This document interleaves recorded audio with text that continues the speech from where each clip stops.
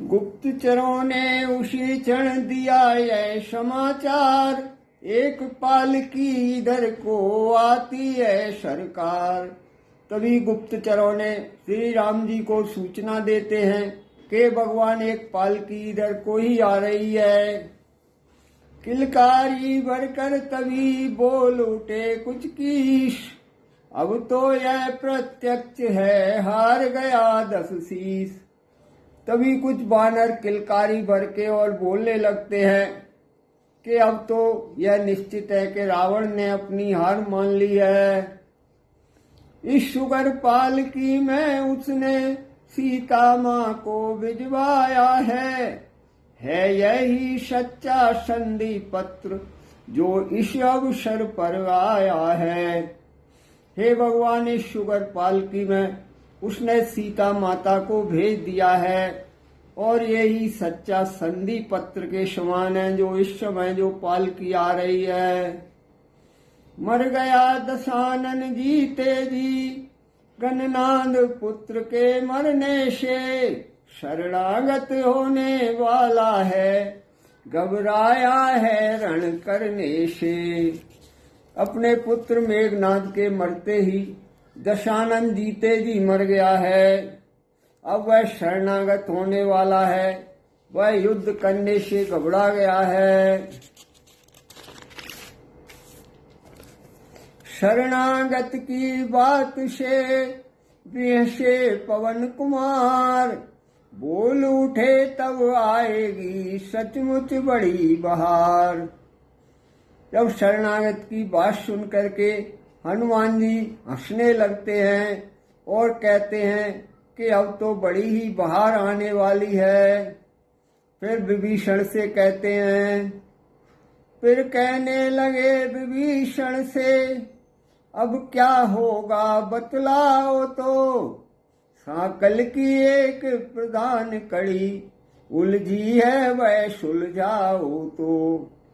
फिर विभीषण से हनुमान जी कहते हैं, अब क्या होगा ये तो बतलाइए, ये तो बड़ी समस्या खड़ी हो गई है, इसको आप सुलझाओ। कह दूं बतला दूं क्या है वह जो सम्मुख आई कठिनाई, रावण भी शरण हो गया तो लंकेश कौन होगा भाई। हनुमान जी कहते हैं, मैं आपको बतला देता हूं कि अब क्या कठिनाई आने वाली है कि अगर रावण भी शरण में आ गया तो लंकेश कौन बनेगा, लंका का राजा कौन बनेगा। भक्त विभीषण तनिक भी चिंता को हो प्राप्त, उससे पहले यह विषय प्रभु ने किया समाप्त। हनुमान जी की बात सुन करके विभीषण जी जरा सी भी चिंता में होते उससे पहले ही श्री राम जी कहने लगते हैं, बोले हम भारतवासी हैं, शरणागत को न भुलाएंगे, इनको लंकेश बनाया है तो उसको अवधेश बनाएंगे। तब श्री राम जी कहने लगते हैं कि हम भारतवासी हैं, हम शरणागत को कभी भी नहीं भुलाएंगे। अगर हमने इनको लंकेश बना दिया है और रावण शरण में आता है तो उनको अयोध्या का राजा बना देंगे। अब तक 2 भाई फिरते थे वन वन में वनवासी होकर, अब 4 भाई विचरेंगे जग में सन्यासी होकर। अभी तक 2 भाई वन में विचरण करते फिर रहे हैं, अब हम 4 भाई इस संसार में सन्यासी बनकर विचरण करेंगे, अपना जीवन यापन करेंगे। उसी समय वह पालकी आ पहुंची उस ठाम, बोल उठा बानर कटक जय श्री राजा राम। उसी समय वह पालकी वहां आ जाती है और सभी वानर दल श्री राम की जय बोलने लगते हैं। फिर सबने देखा है यह क्या, यह जागृति है या सपना है, सीता माता का धोखा था यह तो रिपु बधू सुनय ना है। फिर सब देखते हैं कि ये हम स्वयं देख रहे हैं या कोई सपना है। सीता माता नहीं है इस पालकी में, तो मेघनाद की पत्नी सुलोचना है। यह वह है जिसका तेज देख चक्कर में सूर्य चंद्रमा थे। यह वह है शक्तिमयी देवी जिससे वह भीत देवता थे। यह वह सुलोचना है कि जिसका तेज देख करके सूर्य चंद्रमा भी चक्कर में रहते थे। और यह वह शक्ति की देवी है जिससे सभी देवता भयभीत रहते थे।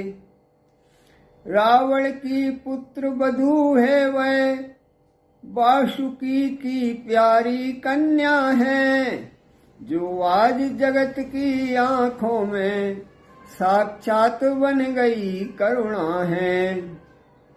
यह रावण की पुत्री है और वासुकी नाम की प्यारी कन्या है, जो आज सबकी आंखों में साक्षात करुणा बन गई है।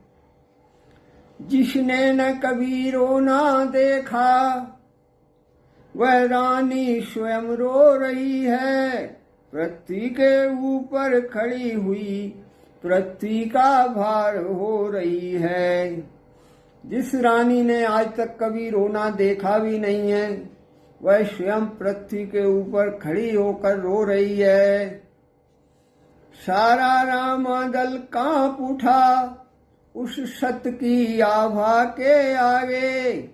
भगवान राम भी सकुचाए तेजोमय प्रतिमा के आगे।